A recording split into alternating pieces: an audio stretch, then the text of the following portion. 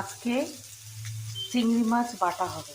এই যে চিংড়ি মাছ একটু শুকনো লঙ্কা ভেজে রেখেছি, আর পেঁয়াজটা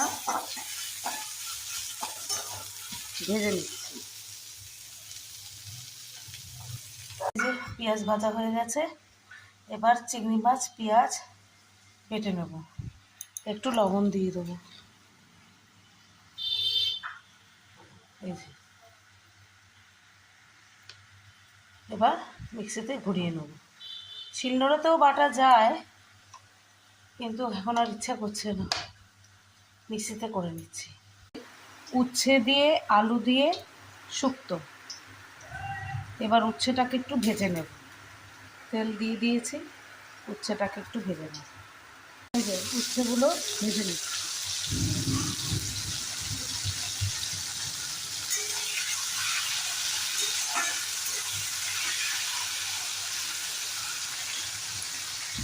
ভেজে তুলে নিলাম। এইবার দেব একটুখানি কালো জিরে ওই তেলের মধ্যে।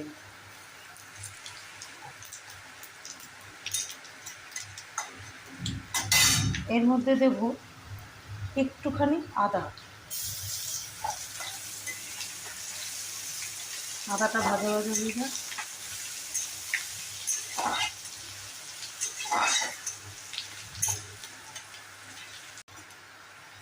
ধুয়ে রেখেছি আলুগুলো, আলু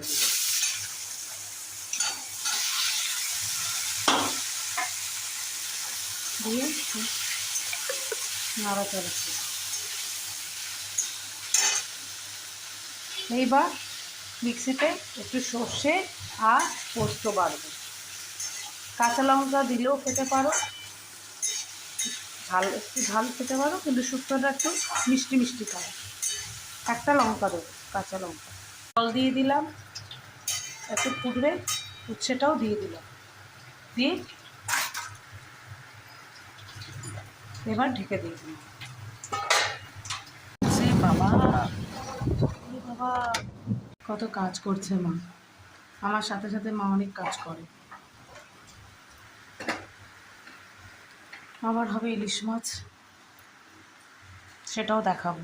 দিয়ে দিলাম ইলিশ মাছ। এই যে সর্ষে পোস্ত কাঁচা লঙ্কা মিক্সিতে বেটে নেব, বাটা হয়ে গেছে। এবার এটা মাছে দিয়ে দেবো,